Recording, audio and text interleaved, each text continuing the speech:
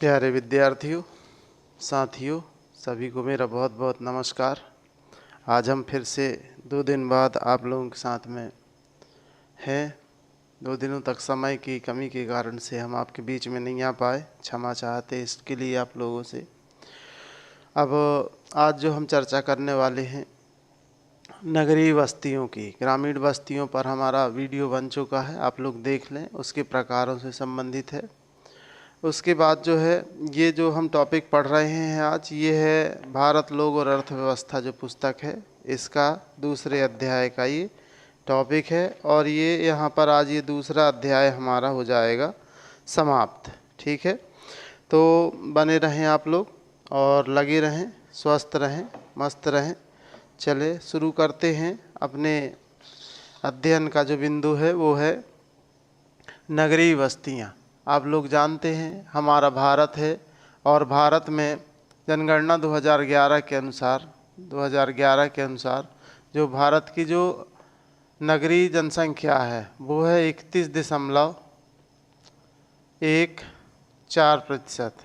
ठीक है, नगरों की जनसंख्या है। और जो ग्रामीण जनसंख्या है वो है 68.84। अच्छा, ये है 31.16। ठीक है, क्योंकि इसका अगर हम 100% लें, इस पर ध्यान दीजिएगा आप लोग, इनका दोनों का टोटल आएगा 100%, है ना।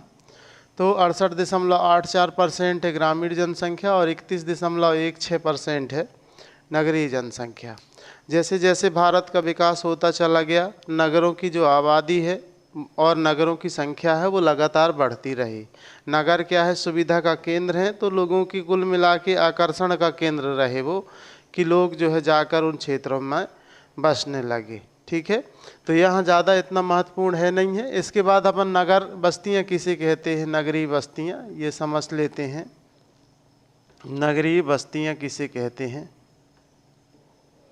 नगरीय बस्तियाँ कहलाती हैं जिन बस्तियों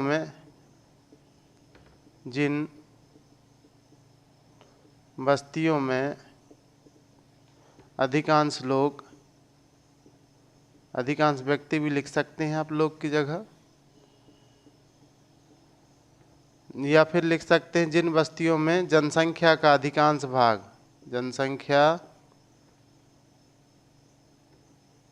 जनसंख्या का अधिकांश भाग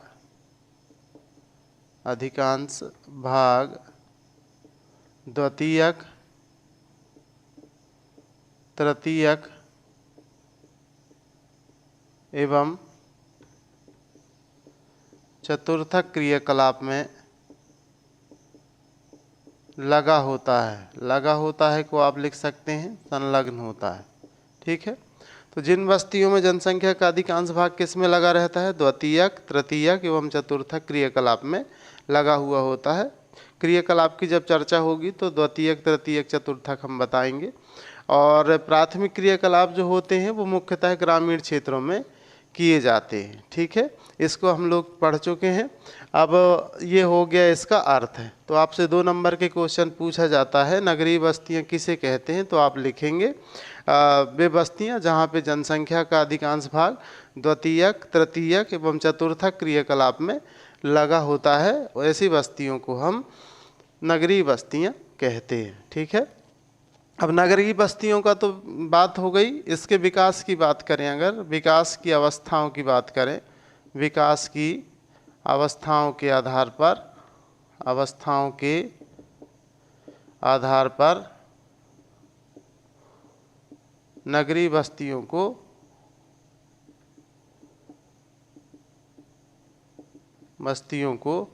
3 भागों में बांटा जाता है। कितने भाग में बांटा जाता है? 3 भाग में विभाजित किया जाता है या बांटा जाता है। अब यहाँ पर अगर हम बात करें तो विकास की अवस्था की बात हो रही है। आपसे प्रश्न पूछा जाए नगरों को विकासात्मक दृष्टिकोण से कितने भागों में बांटा जाता है, तो आप लिखेंगे 3 भागों में बांटा जाता है। कौन कौन से? प्राचीन नगर, मध्यकालीन नगर और आधुनिक नगर। यहाँ पर जो है प्राचीन नगर क्या होते हैं, तो विकास की अवस्था के हिसाब से कितने भागों में बांट दिए? 3 भागों में बांट दिए। कौन कौन से 3 भागों में बांट दिए? प्राचीन नगर, मध्यकालीन नगर, और तीसरा है आधुनिक नगर। देखें प्राचीन नगर क्या कहलाते हैं? वे नगर जिनका निर्माण 2000 वर्ष पूर्व हुआ। आप कैसा लिखेंगे? वे नगर जो बहुत पुराने नगर हैं या जिन नगरों का निर्माण 2000 वर्ष पूर्व हुआ, ऐसे नगरों को हम प्राचीन नगर कहते हैं। अब प्राचीन नगर की बात करें तो ज़्यादातर जो प्राचीन नगर हैं इनका जो निर्माण हुआ वो धार्मिक और सांस्कृतिक कारणों से हुआ। ठीक है, तो उसमें कौन कौन से नगर हैं? देखें, इलाहाबाद, वाराणसी, पटना है बिहार की राजधानी, पटना है ना, और मदुरई है तमिलनाडु में। ये देखिए, ये 4 नगर की बात करें, ये प्राचीन नगर हैं भारत के, है ना। और भी नगर हैं, यहाँ पे मुख्य हमने लिया है। और दूसरी चीज़ हम बता दें आपको, 1 नंबर के क्वेश्चन पे जब हम भारत के मानचित्र पर जाते हैं तो 1 नंबर के क्वेश्चन पे एक स्थान का नाम आता है। तो स्थान का नाम आप लोग ध्यान से देखिएगा। तो ये हमने जो बताया, इलाहाबाद और वाराणसी है उत्तर प्रदेश में, पटना है बिहार में, और मदुरई है तमिलनाडु में। ठीक है, इसके बाद हम आगे दूसरी तरफ चलते हैं। मध्यकालीन नगर वो होते हैं जिन नगरों का निर्माण 8 से 18वीं शताब्दी तक हुआ। 8 से 18वीं शताब्दी तक जिन नगरों का निर्माण हुआ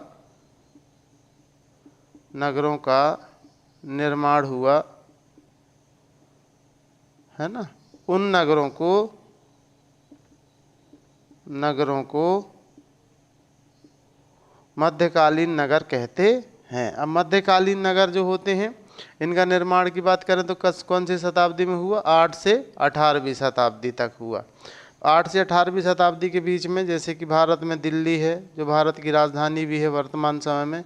ये जो हम बना रहे हैं इन पॉइंटों को ध्यान रखिएगा, क्योंकि ये 1 नंबर के क्वेश्चन पे पूछे जाएंगे। हमने इसीलिए यहाँ पर लिख लिए हैं ताकि जो है हम विस्मृत ना हो, इसके लिए जो हमने इसको यहाँ पर लिख लिया है, ताकि आप अच्छे तरीके से उस चीज़ को समझ सकें और हम अच्छे तरीके से उसको बता सकें।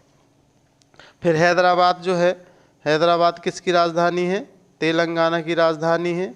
पहले आंध्र प्रदेश की राजधानी और तेलंगाना की राजधानी हुआ करती थी, लेकिन वर्तमान समय में आंध्र प्रदेश की राजधानी अमरावती है और तेलंगाना की राजधानी हैदराबाद है। इस चीज़ को आप लोग ध्यान रखिएगा। फिर जयपुर किसकी राजधानी है? राजस्थान की राजधानी जयपुर है। लखनऊ कहाँ पर है? उत्तर प्रदेश की राजधानी है लखनऊ। आगरा जानते ही आप लोग, ताजमहल वाला, ये भी उत्तर प्रदेश में है। नागपुर कहाँ पर है? महाराष्ट्र में। ये पूरा जो है ये कहलाते हैं मध्यकालीन नगर, जिन नगरों का निर्माण जो है 8 से 18वीं शताब्दी के मध्य में हुआ है, ये कहलाते हैं कौन से नगर? मध्यकालीन नगर। अब बारी आती है आधुनिक नगर किसे कहते हैं?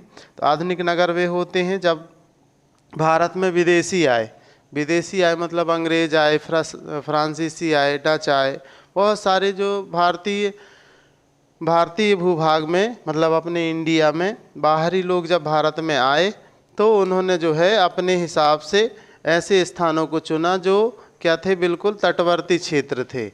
उन स्थानों पे नगरों का विकास हुआ। जैसे सूरत है, गुजरात में आता है ये सूरत। फिर दमन ये वाला हिस्सा है, यहाँ पर दमन है। गोवा तो आप लोग जानते ही हैं राज्य, ये गोवा है। इसके बाद मुंबई देखें, मुंबई महाराष्ट्र में है। और चेन्नई तो आप लोग जानते ही हैं तमिलनाडु में। तो ये जो भाग हैं ये क्या थे? जो अंग्रेज़ थे वो काहे से आते थे? कौन से साधनों से आते थे? जल मार्ग से। तो जल मार्गों से आते थे और उन्होंने जो है समझौता कर लिया था भारत के राजा महाराजाओं से कि हम जो है उन्हीं का बना हुआ सामान खरीदेंगे। तो कुल मिला के वो व्यापारिक दृष्टिकोण से भारत में आए और ऐसे क्षेत्रों को जो है उन्होंने चिन्हित किया जो उनको क्या कर सकते थे? सुविधा उपलब्ध करा सकते थे। जल मार्ग से आते थे, सामान इस तरफ उतारते वो तटवर्ती क्षेत्रों में। इसलिए जो है कोलकाता भी है उस क्षेत्र, उसकी एक जो है उदाहरण के रूप में कोलकाता का भी विकास हुआ है ना। तो ये कहलाते हैं कौन से नगर? आधुनिक नगर। आप लिखेंगे विदेशियों के आने के पश्चात, विदेशियों के आने के बाद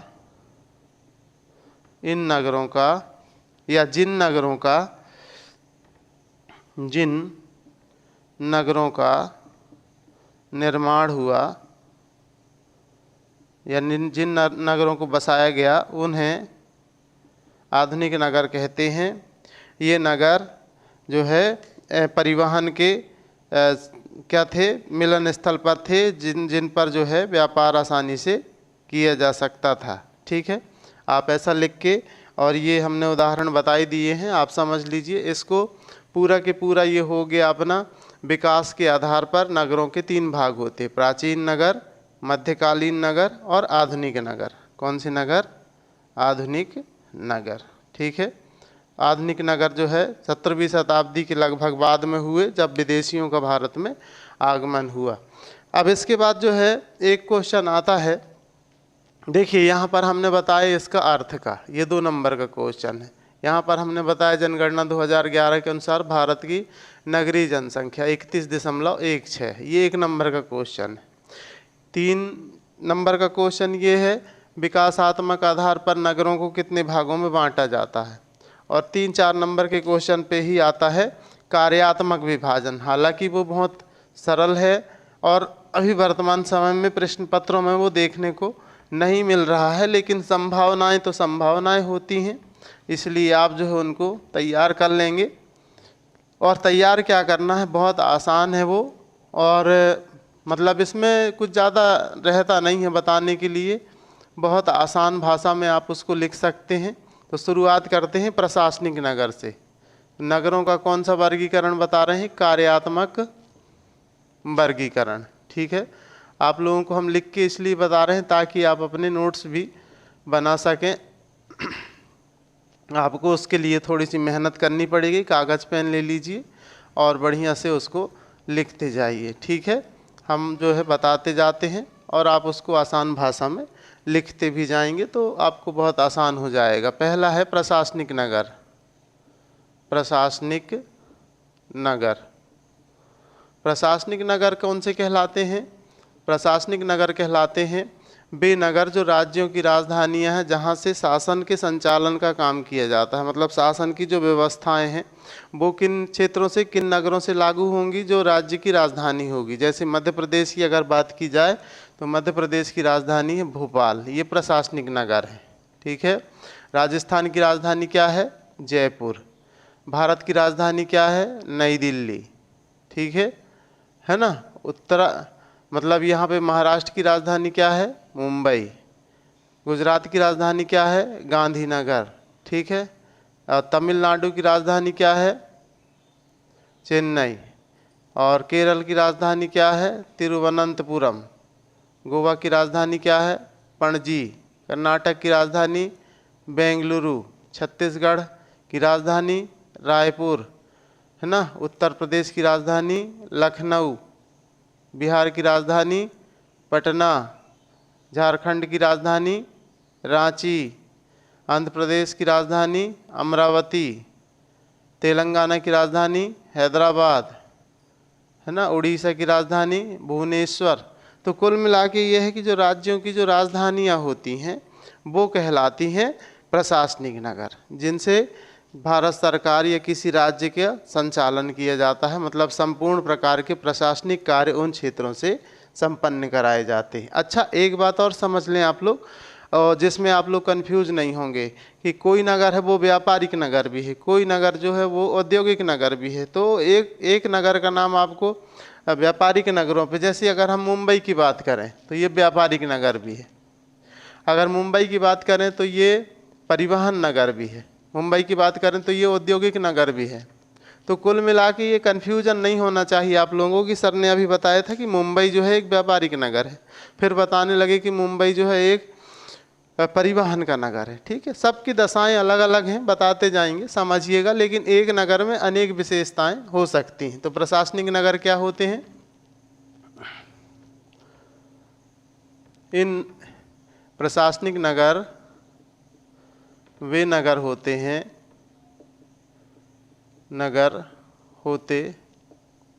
हैं जहाँ पर प्रशासनिक इकाइयाँ होती हैं। प्रशासनिक इकाइयाँ होती हैं। इन स्थानों से शासन व्यवस्था का संचालन होता है। शासन व्यवस्था का संचालन होता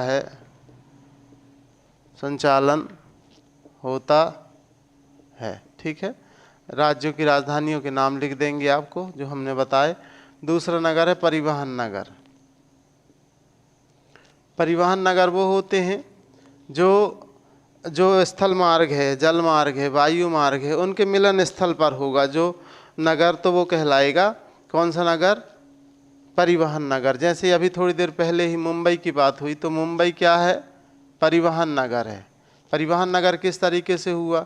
जो जहाज़ों के माध्यम से माल आया भारत में, वो कहाँ उतारा गया? मुंबई में। और भारत के जो स्थल परिवहन के साधन हैं या रेल मार्ग हैं, उनसे पूरे भारत में क्या किया गया? इसको फैला दिया गया। ठीक है, ये जो भाग है ये अंदर की तरफ तक, मतलब पूरा के पूरा वहाँ से परिवहन के साधन जुड़े हुए हैं। स्थल मार्ग, जल मार्ग, वायु मार्ग सभी का मिलन स्थल है। मतलब एक ऐसा क्षेत्र जहाँ पर जो है परिवहन की सुविधा होती है। अब ये कहें कि ये जो है परिवहन नगर किनको कहते हैं? इन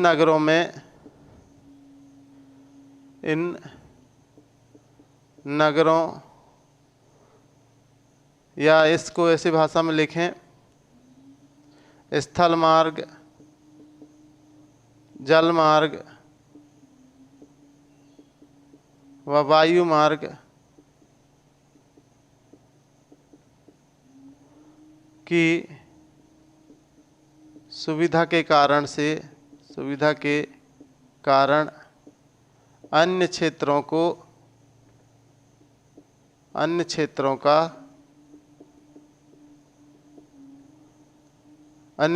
को लिख सकते हैं, सुविधा प्रदान करते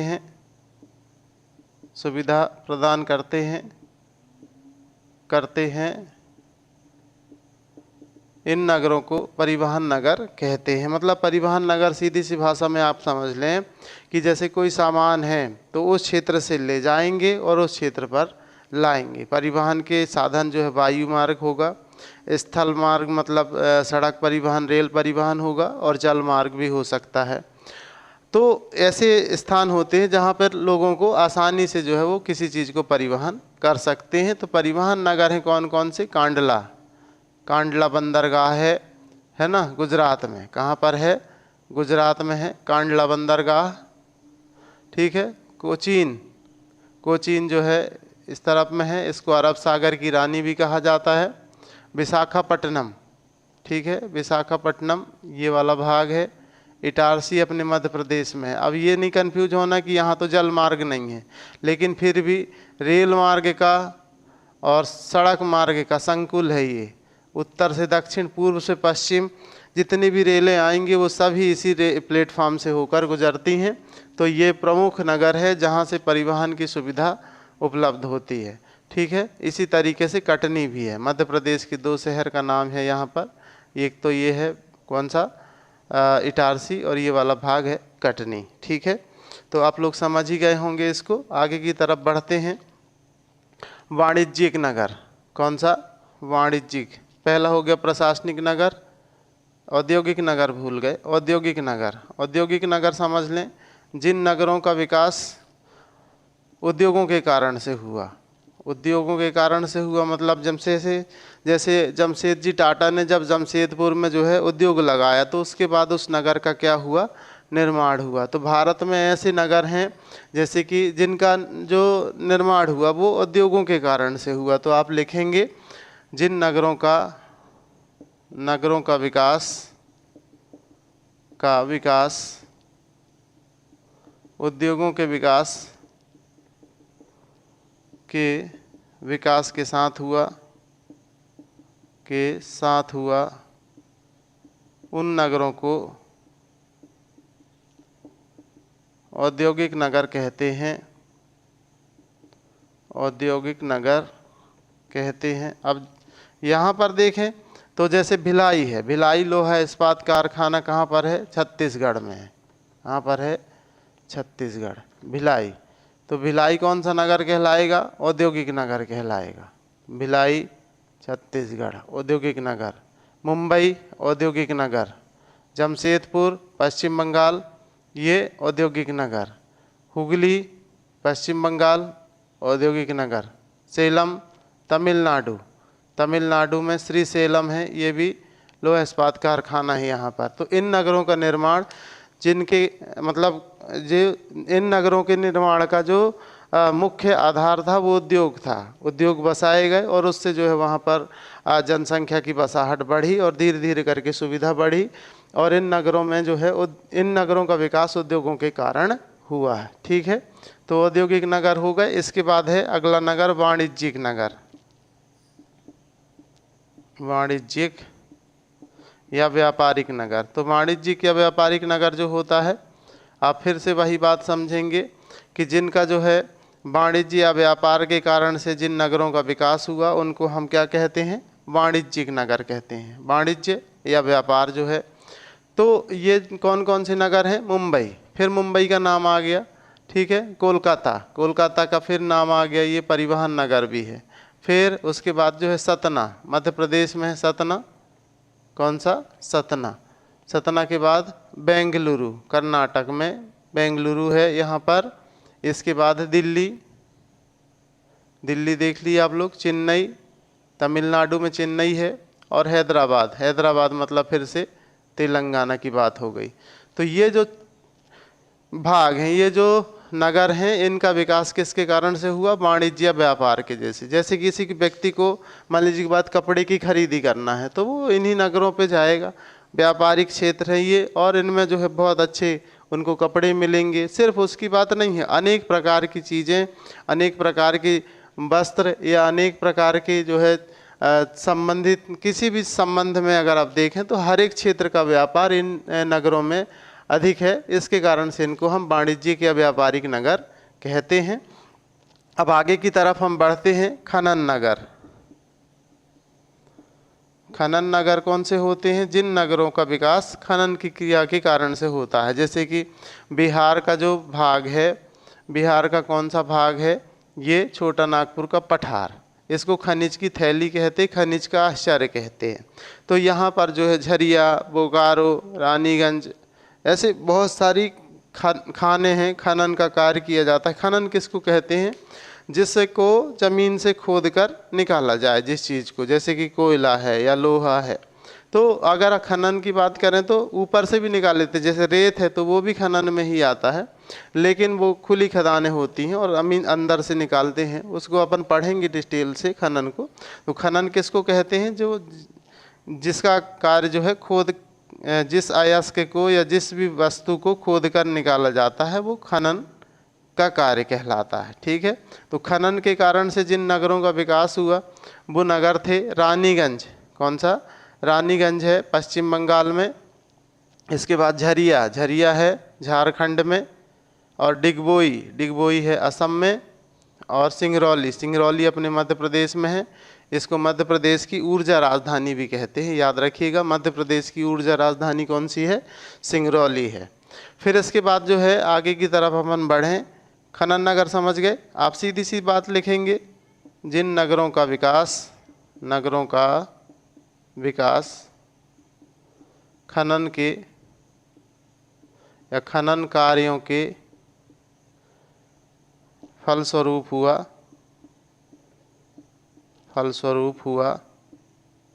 उन नगरों को खनन नगर कहते हैं। उन नगरों को क्या कहते हैं?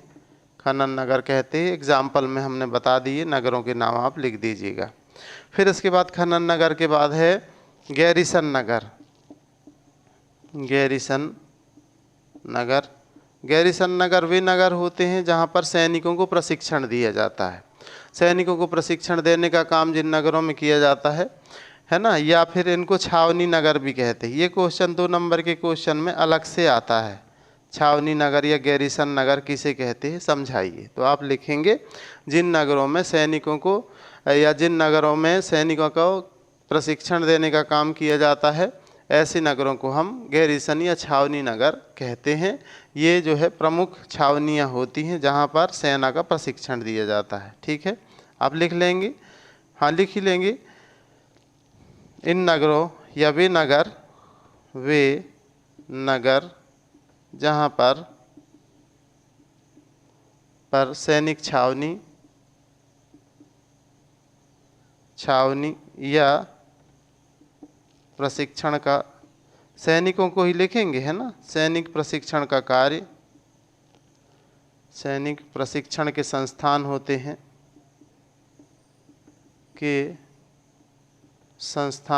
हैं,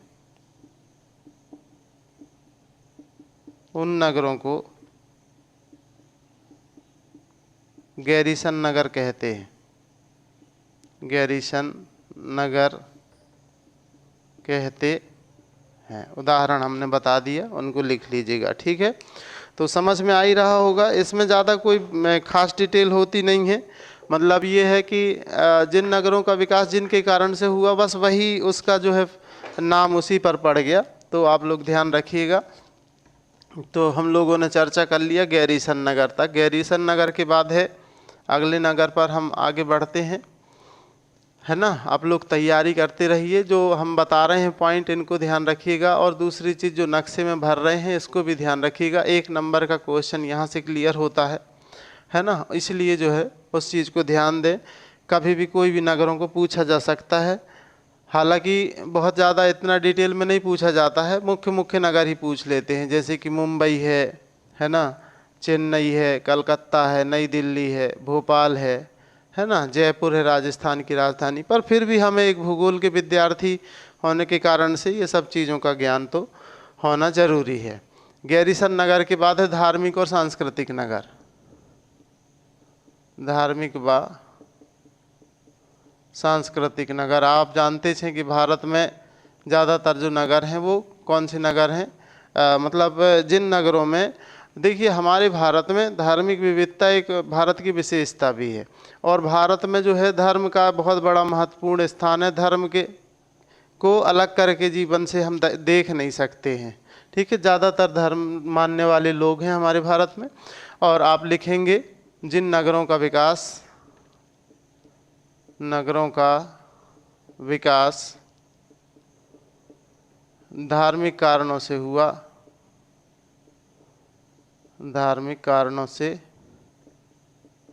हुआ है, उन नगरों को धार्मिक नगर कहते हैं। धार्मिक नगर कहते हैं, यह आप लिखेंगे। तो देखें आप लोग धार्मिक नगर कौन कौन से हैं। धार्मिक नगर की अगर हम बात करें तो धार्मिक नगर कौन से, जैसे मध्य प्रदेश में मैहर है, सतना में मैहर। मध्य प्रदेश में जो है मैहर है। महाकाल जो है उज्जैन में है, उज्जैन में महाकालेश्वर है ना, ओंकारेश्वर है। अब और बात करें वाराणसी, मतलब वाराणसी, ठीक है, उत्तर प्रदेश में है। मथुरा भी उत्तर प्रदेश में ही है। मथुरा के बाद जो है अमृतसर पंजाब में है ना, पुष्कर राजस्थान में है, हरिद्वार, फिर वहीं पहुंच गए अपन उत्तराखंड में, उत्तराखंड। उज्जैन हमने बता ही दिया आप लोगों को, मैहर भी बता दिया। तो ये जो नगर हैं वो कौन से कहलाते हैं, धार्मिक नगर। जैसे कि साउथ में देखें तो मतलब कौन सा, रामेश्वरम है, द्वारिका है, बहुत सारे नगर हैं आप तो जानते हैं, बद्रीनाथ है ना, केदारनाथ है। और इन नगरों का जो विकास हुआ वो किसके कारण से हुआ, धार्मिक के कारण से हुआ। तो इन नगरों को हम क्या कहते हैं, धार्मिक नगर कहते हैं। आगे की तरफ बढ़ते हैं, शैक्षिक नगर। शैक्षणिक नगर कौन से होते हैं? जिन नगरों का विकास शैक्षणिक या जहाँ पर शैक्षणिक संस्थान हो और उस नगर का विकास हो। जैसे कि आप लोगों ने पढ़ा हो गया अगर, तो तक्षशिला एक विश्वविद्यालय है जहाँ पर वही चाणक्य जो नाम सुनते हैं आप लोग चाणक्य का, तो वहाँ पर एक गुरु हुआ करते थे जो चंद्रगुप्त मौर्य, जो भारत के बहुत बड़े सम्राट बने। तो वो कौन से विश्वविद्यालय में, उस समय में बहुत विकसित नहीं था, लेकिन वो शिक्षा का बहुत अच्छा चुनिंदा स्थान था। ठीक है, पाटलिपुत्र जो है पटना, जो वर्तमान समय में पटना है। तो कहें हम जिन नगरों का निर्माण, जिन नगरों का विकास शैक्षणिक कार्य के लिए, शैक्षणिक कार्यों के कारण हुआ, उन नगरों को शैक्षिक नगर कहते हैं। शैक्षिक नगर कहते हैं। अब शैक्षिक नगर कौन कौन से हैं? देखिए, वाराणसी अभी थोड़ी देर पहले ही बनाए थे उत्तर प्रदेश में। फिर रुड़की IIT रुड़की का नाम सुना होगा आप लोगों ने। छात्रों का सपना होता है कि इस जगह पे हम पढ़ लें, ऐसे संस्थान पे पढ़ने को मिल जाए। तो छात्रों का जो है सभी प्रकार से, मतलब माने कि बहुत टॉप मोस्ट जो है या ये संस्थान है रुड़की, IIT रुड़की। अलीगढ़ जो है मुस्लिम विश्वविद्यालय के नाम से सुना होगा आप लोगों ने। इलाहाबाद, ये इसी क्षेत्र पे बनेंगी उत्तर प्रदेश की जो भी चीज़ें हैं, है ना, इलाहाबाद। और जैसे काशी हिंदू विश्वविद्यालय है ना। मुस्लिम विश्वविद्यालय जामिया मिलिया इस्लामिया है, कहाँ पर है? नई दिल्ली में है ना। JNU जवाहरलाल नेहरू विश्वविद्यालय है, कहाँ पर? दिल्ली में है। अब मध्य प्रदेश में कौन सा है? केंद्रीय विश्वविद्यालय जो है सागर में है, डॉक्टर हरि सिंह गौर विश्वविद्यालय सागर। तो कुल मिला के ये ऐसे स्थान जहाँ पर जो है जिनका विकास हुआ, तो उसमें एक शैक्षणिक कारण था, शिक्षा के कारण से इन नगरों का विकास हुआ। इनको हम शैक्षिक नगर कहते हैं। ठीक है। इसके बाद है पर्यटन नगर।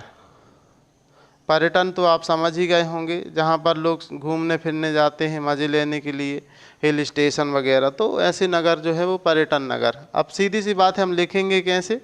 जिन नगरों का विकास, वो वही कारण है, सिर्फ एक शब्द बस बदलना है। जिन नगरों का विकास पर्यटन के कारण हुआ,